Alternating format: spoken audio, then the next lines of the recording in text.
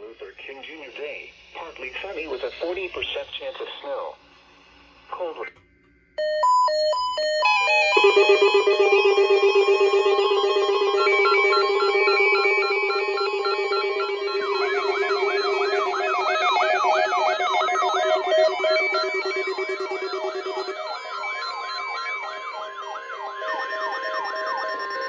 This is a test of NOAA Weather Radio's warning device.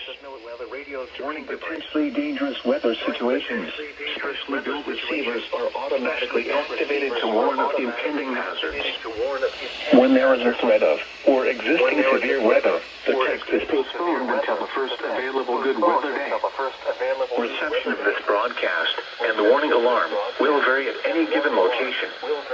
This variability, normally more noticeable at greater distances from the transmitter, may occur even though you are using a good quality receiver in perfect working order. The warning alarm will be activated for warnings in selected watches affecting locations in portions of West Kentucky, Southeast Missouri, Southern Illinois, Southwest Indiana, and Northwest Tennessee. This concludes this test of NOAA Weather Radio's warning device. We now return to our regular programming.